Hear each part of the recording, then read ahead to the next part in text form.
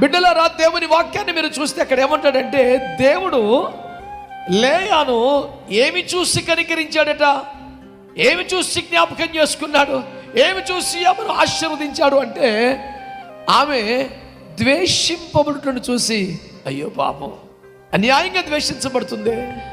ఇంతగా ద్వేషించబడటానికి ఆమె కుట్రపూరితంగా ఏం ప్రవర్తించలేదే, తనకు సంబంధం లేకుండా జరిగిపోయిన కార్యక్రమాలు కదా, ఆ మాత్రానికి బిడ్డను ఎందుకంత ద్వేషించాలి అని ఆమె ప్రార్థనను బట్టో, సమర్పణను బట్టో, ప్రతిష్టను బట్టో, భక్తిని బట్టో, వైరాగ్యాన్ని బట్టో, ఇలాంటి విలువైన కారణాలు బట్టి దేవుడు ఆమెను చూచెను అంటే అది సహజంగానే ఉంటుంది. కానీ ఈరోజు నీ జ్ఞాపకం చేస్తున్నాను, నీవు ద్వేషించబడుటను బట్టి దేవుడు నీ వైపు చూస్తున్నాడట.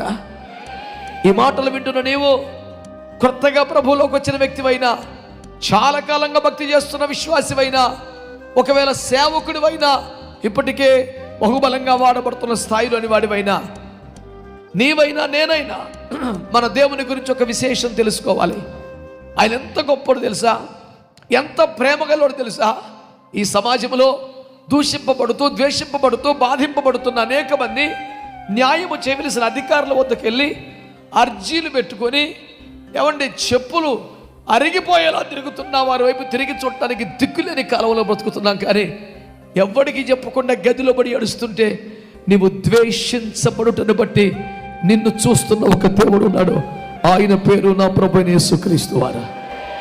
ఈ మాట ఎందుచేత చెప్పమని దేవుడు నన్ను ఒత్తిడి చేస్తానో నాకు తెలియదు. మీరు చిన్నవాళ్ళు, పెద్దవాళ్ళు, ఆడవాళ్ళు, మగవాళ్ళు, పాస్టర్ల విశ్వాసం నాకు తెలియదు. కానీ నువ్వు ఒకవేళ నిష్కారణంగా ద్వేషించబడుతూ ఉంటే, అన్యాయంగా బాధింపబడుతూ ఉంటే, నిష్కారణంగా అయ్యో భయంకరమైనటువంటి వేదన గురి చేయబడుతూ ఉంటే, ఇదిగో లేయాను చూసిన దేవుడు నీతో మాట్లాడుతున్నాడు.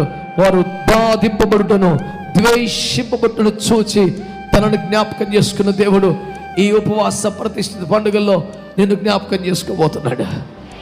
కారణం నువ్వేదో ఇచ్చావు, నువ్వేదో తెచ్చావు, నువ్వేదో చేస్తావని కాదు దేవుని వెళ్ళారా. ఒక మాట గుర్తుపెట్టుకోండి, నీవు ద్వేషించబడుటను బట్టే నిన్ను జ్ఞాపకం చేసుకుని నీ వైపు చూస్తున్న దేవుడు ఒకడున్నాడు. ఆయన పేరు మన ప్రభువైన యేసుక్రీస్తు వారు. కుటుంబంలోనా, సమాజంలోనా, ఇరుగు పొరుగు వారా, ఉద్యోగం చేసే చోట, వ్యాపారం చోట, సేవకుల, కారణమో వ్యక్తో ఎవరైనా కానీ నువ్వు ద్వేషింపబడితే నిన్ను జ్ఞాపకం చేసుకుని నీ వైపు చూస్తున్న ఒక దేవుడు ఉన్నాడని నేను మీకు మనవి చేస్తున్నాను.